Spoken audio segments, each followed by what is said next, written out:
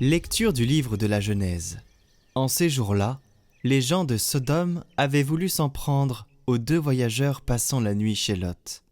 À l'aurore, les deux anges pressèrent Lot en disant « Debout, prends ta femme et tes deux filles qui se trouvent ici, et va-t'en, de peur que tu ne périsses à cause des crimes de cette ville. » Comme il s'attardait, ces hommes le saisirent par la main, ainsi que sa femme et ses deux filles, parce que le Seigneur voulait l'épargner.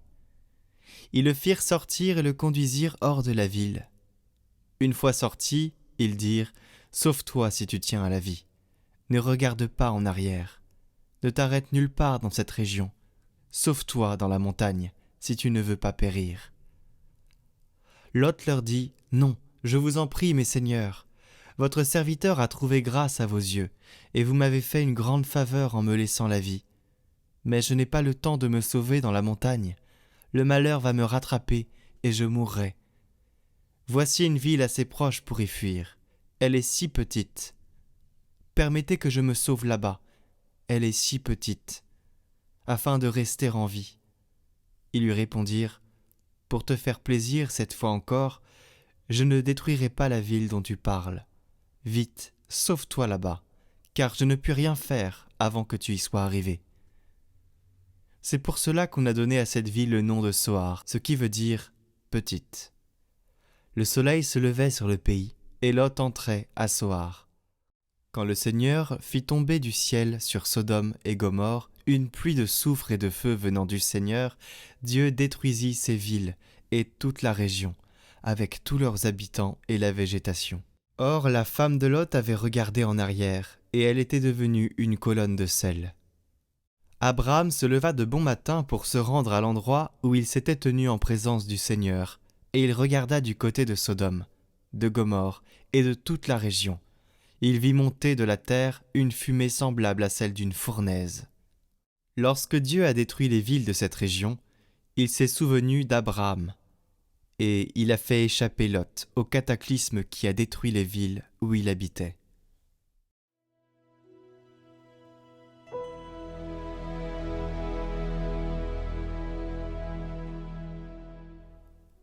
J'ai devant les yeux ton amour, Seigneur. Éprouve-moi, Seigneur, scrute-moi. Passe au feu mes reins et mon cœur. J'ai devant les yeux ton amour. Je marche selon ta vérité. Ne m'inflige pas le sort des pécheurs, le destin de ceux qui versent le sang. Ils ont dans les mains la corruption. Leur droite est pleine de profit. Oui, j'ai marché sans faillir. Libère-moi, prends pitié de moi. Sous mes pieds le terrain est sûr. Dans l'assemblée, je bénirai le Seigneur.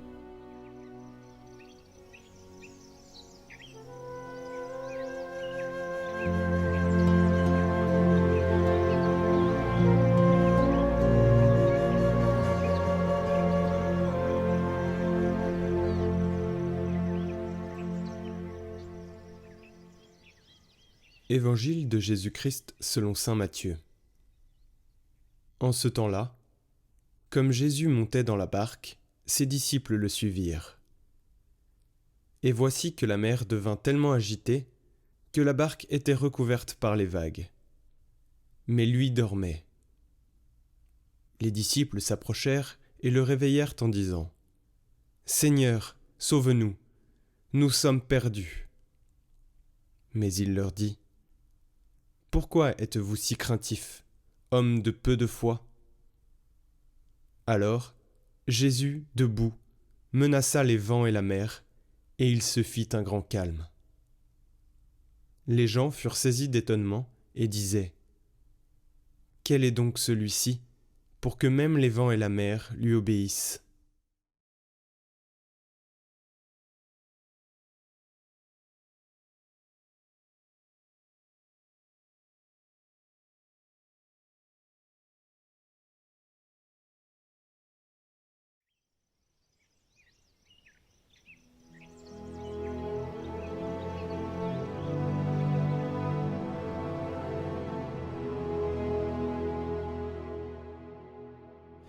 Aujourd'hui, nous pouvons nous demander quels sont les vents qui s'abattent sur ma vie, quelles sont les vagues qui entravent ma navigation et qui mettent en danger ma vie spirituelle, ma vie de famille, également ma vie psychique.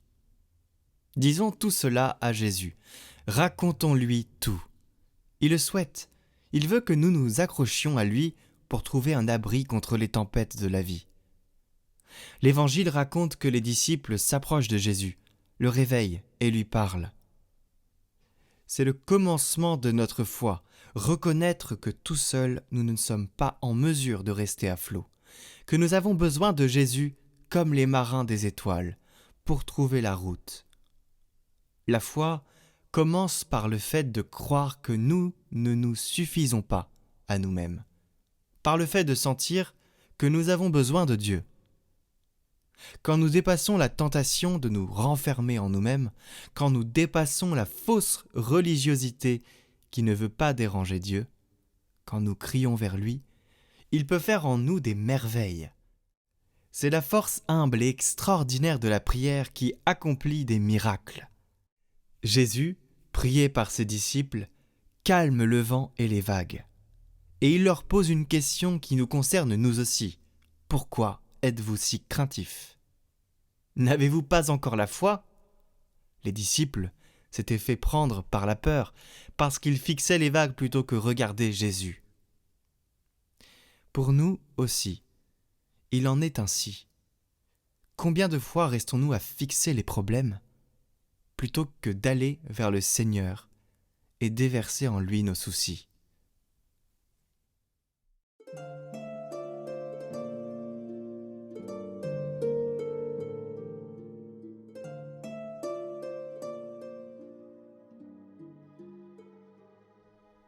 Mon Dieu, je suis si persuadé que vous veillez sur ceux qui espèrent en vous, et qu'on ne peut manquer de rien quand on attend de vous toute chose, que j'ai résolu de vivre à l'avenir sans aucun souci, et de me décharger sur vous de toutes mes inquiétudes.